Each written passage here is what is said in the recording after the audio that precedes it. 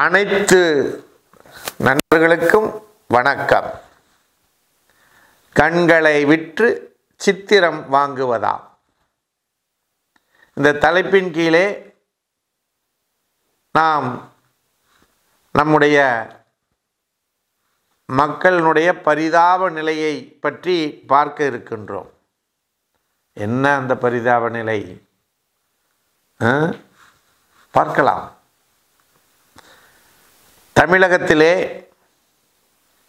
1970 ஆண்டு முதல் 2024 ஆண்டு இந்த நிமிடம் வரை அரசியல் பயணம் எப்படி இருந்து வருகிறது? தமிழக அரசினுடைய வருமானம், அதனுடைய நிதிநிலை அறிக்கைகள் எதன் அடிப்படையிலே கட்டமைக்கப்படுகிறது என்றால் 1970களில் கள்ளுக்கடையை திறந்து அதன் மூலம் வந்த வருமானம், அதில் வருமானம் கம்மி அப்படின்னு சாராய கடையை திறந்து அதன் மூலம் வந்த வருமானம், அதன் பிறகு சாராய ஆலைகளுக்கு பதிலாக பிராந்தி ஃபாரின் சரக்கு பிராந்தி கடைகளை திறந்து அதன் மூலம் வந்த வருமானம்,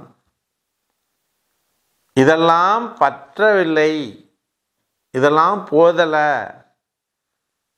இந்த தமிழக மக்களை காப்பாற்ற வேண்டும் என்று சொன்னால் என்ன செய்வது என்று தெரிந்து போதை மருந்து கடைகள். அப்படித்தான் இன்றைக்கு நடந்து கொண்டிருக்கிறது. இதனால் தமிழகத்தினுடைய நிலை என்ன? தமிழகத்தினுடைய நிலை என்று சொன்னால் தமிழகத்திலே வாழக்கூடிய ஆண்கள், பெண்கள், இளைஞர்கள், மாணவர்கள், மாணவிகள், குழந்தைகள், இவர்களெல்லாம் தான்.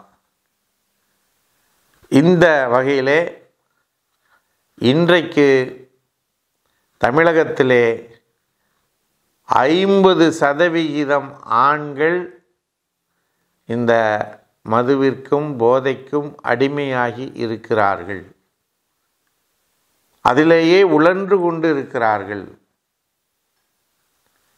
பெண்களிலே 15% பெண்கள் இந்த மதுவிற்கு அடிமையாகி இருக்கிறார்கள். 60% பெண்கள் டிவி சீரியலுக்கு அடிமையாகி இருக்கிறார்கள். இதுதான் இன்னைக்கு தமிழகத்தினுடைய இது. நான் சொல்கிற சதவிகிதம் வேண்டுமானால் குறையலாம் அல்லது கூடலாம். ஆனால் கருத்து என்பது உண்மை, நிஜம். இவர்களுடைய குழந்தைகள் இவர்களால் கவனிக்க முடியாமல் பாதிப்புக்கு உள்ளாகிறார்கள். ஏதோ அவங்கள பள்ளிக்கூடத்தில் சேர்த்துட்டா போதும், பணத்தை கட்டிட்டா போதும், சாப்பாட்டை கொடுத்துட்டா போதும், படித்து நல்லா வந்துடுவாங்க என்ற நிலையிலே அவர்கள் இன்றைக்கு தமிழகத்தில் இருக்கக்கூடிய பெற்றோர்கள் இருந்து கொண்டிருக்கிறார்கள். பணம் பணம் பணம் என்ற ஒரு நோக்கோடு ஓடிக்கொண்டிருக்கிறார்கள். ஆனால் நம்முடைய பணம், வரிப்பணம் எல்லாம் கொள்ளை அடிக்கப்படுகிறது, திருடப்படுகிறது என்பதனை உணராமல் நாம் ஓடிக்கொண்டிருக்கிறோம். அது ஒரு பக்கம் இருக்கட்டும். இந்த குழந்தைகள் வாழ்க்கையிலே இன்றைக்கு எடுத்துக்கொண்டால் ஒரு 4 பள்ளி மாணவர்கள் ஒரு வண்டியில் போகிறாங்க. அவங்கள பிடிச்சு அவங்கள செக் பண்ணுனா 500 கஞ்சா பாக்கெட் இருக்கு. பெண்கள் மாணவிகள் பள்ளிக்கூடத்திலேயே மது அருந்துகிறார்கள். மாணவர்கள் மது அருந்தி வருகிறார்கள். ஆசிரியர்கள் பள்ளிக்கு செல்வதற்கு பயப்படுகிறார்கள். வீட்டிலே ஒரு தங்களுடைய மகனையோ மகளையோ கண்டிக்க முடியாத அளவிற்கு அவர்கள் எதிர்த்து பேசுகிறார்கள். அவர்கள் ஒரு தனி உலகத்தில் வாழ்கிறாங்க. இன்றைக்கு இருக்கக்கூடிய இன்டர்நெட் அந்த தொடர்பில் மிகப்பெரிய பிரச்சனைக்கு ஆளாகிறார்கள், உணர்ச்சிக்கு அடிமையாகிறார்கள். இதனால் என்ன விளைவு என்று சொன்னால், அவர்களுடைய உடல்நலம் பாதிப்படைகிறது, படிப்பு பாதிப்படைகிறது, வருங்கால எதிர்காலம் பாதிப்படைகிறது, வருமானம் இல்லாமல் கஷ்டப்படுகிறார்கள். இதையெல்லாம் தாண்டி எல்லாம் ஏதோ தப்பி தவறி படித்து முடித்து வந்தாங்கன்னா அவர்கள் திருமண வாழ்க்கை கேள்விக்குறியாகி விடுகிறது. பல திருமணம் முடிந்த 1 மாதம், 2 மாதம், 3 மாதத்தில் டைவர்ஸுக்கு போகிறாங்க. காரணம் என்னவென்று சொன்னால், இவர்கள் இளம் வயதிலே பயன்படுத்தின இந்த போதை வஸ்துக்கள் அவர்களுடைய ஆண்மை தன்மையினை இழக்க வைத்து விடுகிறது. அதனாலே தங்களுடைய மனைவியை திருப்திப்படுத்த முடியாமல் டைவர்ஸ் நிலைக்கு போகிறாங்க. என்ன கொடுமை ஐயா! வாழ வைப்பதற்காக நாம் ஒரு அரசாங்கத்தை உருவாக்கினால் அந்த அரசாங்கம் வாழ விடாமல் செய்கிறதே. நினைத்தால் நெஞ்சு பதறுகிறது. என்ன செய்கிறது? இப்பொழுது நாம் கேள்விப்படக்கூடிய விஷயம் என்னவென்று சொன்னால், பாகிஸ்தானிலிருந்து போதைப் பொருட்கள் பார்டர் மாநிலங்களான பஞ்சாப், குஜராத் போன்றவர்களுக்கெல்லாம் சப்ளை ஆனது. அதே போல் இலங்கை பகுதியிலிருந்தும் சப்ளை ஆனது. இதெல்லாம் யாரோ வெளி மாநிலத்துக்காரர்கள் செய்து கொண்டிருக்கிறார்கள் அப்படின்னு நினச்சா அது வெளி மாநிலம்லாம் இல்லைங்க. நம் மாநிலத்து இருக்கக்கூடிய மிக முக்கியமான அரசியல் தலைவர்களே இதை செய்திருக்கிறார்கள், அரசியல் பொறுப்பில் இருக்கக்கூடியவர்கள் செய்திருக்கிறார்கள் என்று கேள்விப்படுகின்ற பொழுது வேதனை உச்சத்திற்கு செல்லுகிறது. சென்ற வாரத்திலே டெல்லியிலே நியூசிலாந்து நாட்டிலே இருந்தும் அமெரிக்க நாட்டிலே இருந்தும் வந்த தகவலின் அடிப்படையிலே டெல்லி போலீசார் ஒரு 3 பேரை அந்த குடோன் பகுதியிலே கைது செய்திருக்கிறார்கள்.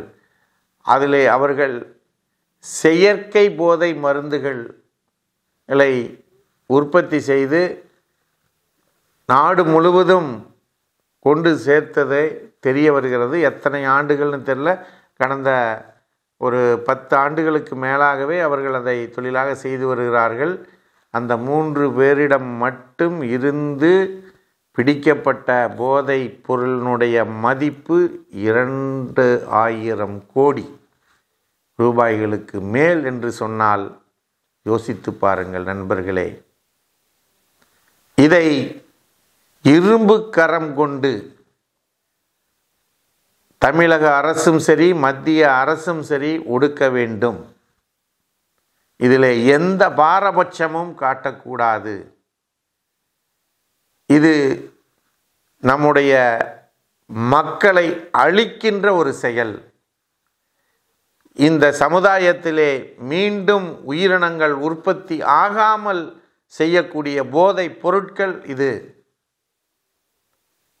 என்பதனை ஒவ்வொருவரும் உணர்ந்து கொள்ள வேண்டும்.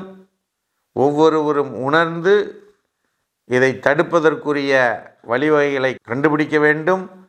உங்களுடைய பிள்ளைகள் நல்லவர்கள்தான், தங்கமானவர்கள்தான், அவர்கள் எந்த தவறும் செய்யாதவர்கள்தான்.